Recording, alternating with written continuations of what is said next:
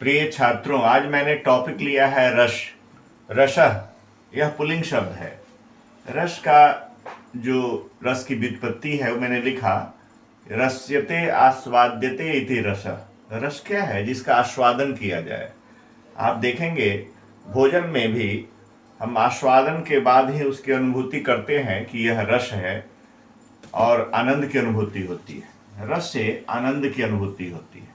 इसके लिए तीन चीज आवश्यक है।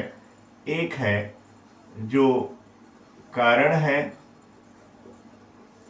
दूसरा कार्य है और तीसरा सहकारी है। कारणान्यथ कार्याणि सहकारिणी यानि च, ऐसे आया है, कारिका भी लिखा है मम्मट ने। तो कारण, कार्य और सहकारी। अब इसी के कारण के रूप में आता है विभाव, विशिष्ट भाव, विभाव। विभाव और कारण के रूप में आता है अनुभाव, विभाव अनुभाव। और सहकारी के रूप में व्यभिचारी भाव।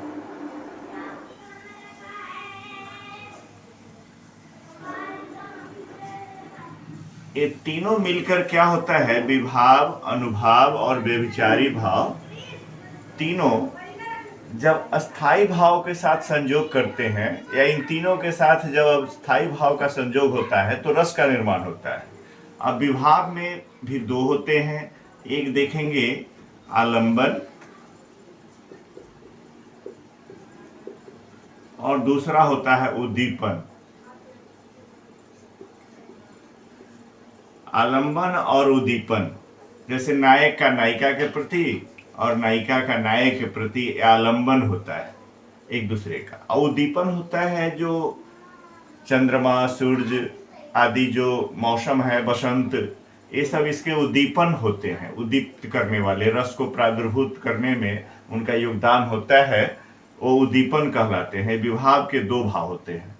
अनुभाव का अर्थ होता है, अनु मतलब होता है पश्चात, यानी विभाव के बाद जो भाव उत्पन्न होते हैं, जैसे भ्रू कटाक्ष, हाथों का फरकना, अंग विक्षेप, गात्र विक्षेप जो होता है, यह अनुभाव कहलाता है।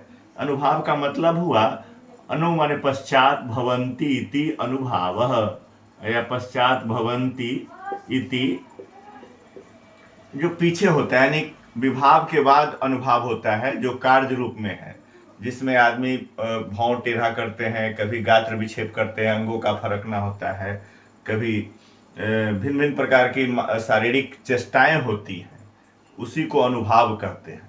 और व्यभिचारी भाव, इसकी संख्या 33 है। 33 व्यभिचारी भावा, जिसमें आते हैं ग्लानि, हर्ष,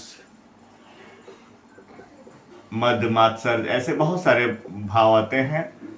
असूया है ना, ऐसे बहुत सारे 33 व्यभिचारी भाव हैं। तो 33 व्यभिचारी भावा सन्ति। ये तीनों जब संयोग करते हैं, विभाव कारण के रूप में, अनुभाव कार्य के रूप में और व्यभिचारी भाव सहकारी के भाव के रूप में, जब तीनों मिलते हैं तो क्या होता है? इन तीनों का संयोग होता है। इन तीनों से के मिश्रण से क्या होता है? एक अस्थाई भाव होते हैं जो व्यक्ति के अंदर विद्यमान रहते हैं। नाम से ही स्पष्ट है, अस्थाई भाव।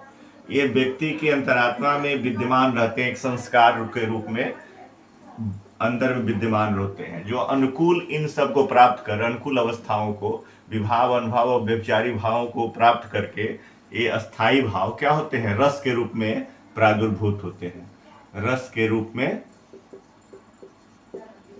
उत्पन्न होते हैं।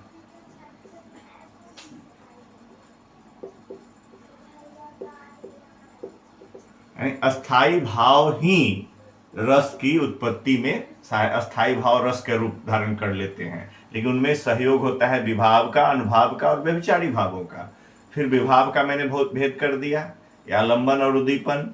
फिर अनुभाव का अर्थ बता दिया, अनु माने पश्चात, पश्चात भावः भवन्ति इति भावः, है ना, भावा। और व्यभिचारी भाव, उसके बाद जो सहकारी रूप में जो व्यभिचारी भाव होते हैं, जो भिन्न प्रकार के अंदर में इमोशन, सेंटिमेंट उभरते हैं, उसी को व्यभिचारी भाव कहते हैं। उसमें ग्लानि है, हर्ष है, मद है, असूया है, आवेग है ना, बहुत सारे हैं, 33 हैं। इसको भी व्यभिचारी भाव कितने हम गिना देंगे, लेकिन 63 व्यभिचारी भावा संति, अभी आप इसको समझें। और ये अस्थाई भाव जो होते हैं, ये अस्थाई भाव क्या है? रति है, हास है, शोक है,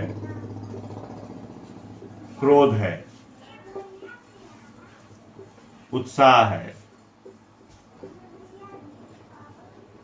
रति, हास, शोक, क्रोध, उत्साह। रति, हासस्य, शोकस्य, क्रोधोत्साहो, भयम तथा, भय है। इसके बाद जुगुप्सा है, जुगुप्सा। और उसके बाद है विस्मय। ये 8 अस्थाई भाव आपको मैंने गिनाया। यही अस्थाई भाव रस के जनक होते हैं, इनसे मिल करके उत्पादित होते हैं। इसलिए कहा इनके लिए कारण, कार्य और सहकारी के रूप में विभाव, अनुभाव और व्यभिचारी भाव जब अस्थाई भाव के साथ मिलते हैं तो रस को जन्म देते हैं, रस का रूप धारण करते हैं, है ना। तो कहा कि अस्थाई भाव कितने हैं? 8 अस्थाई भाव हैं, है ना। 1 2 3 4 5 6 7 और 8। अब रति जो अस्थाई भाव है, इससे श्रृंगार रस की उत्पत्ति होती है। हास्य नामक रस की उत्पत्ति होती है। जहां शोक अस्थाई भाव होते हैं वहां करुण रस की उत्पत्ति होती है। जहां क्रोध होते हैं वहां रौद्र रस की उत्पत्ति होती है। रति, हासश्च, शोकश्च, श्रृंगार, हास्य, करुण, रौद्र। और जहां उत्साह होता है वहां वीर रस की उत्पत्ति होती है। और जहां भय होता है वहां भयानक रस होता है ना। और जहां जुगुप्सा है वहां पर क्या होता है? जुगुप्सा विस्मय से श्रृंगार, हास्य, करुण, रौद्र, वीर, भयानक, विभत्स रस का प्रादुर्भाव होता है जो। और जहां विस्मय है वहां अद्भुत रस होता है।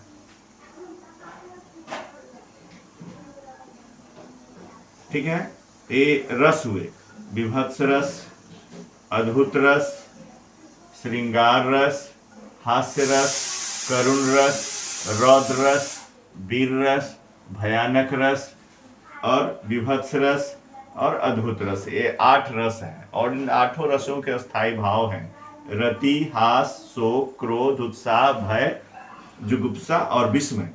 कोई आपसे पूछ सकता है कि करुण रस का स्थायी भाव बताइए, तो शोक। वीर रस का स्थायी भाव बताइए, तो उत्साह। भयानक रस का स्थायी भाव बताइए, तो भय।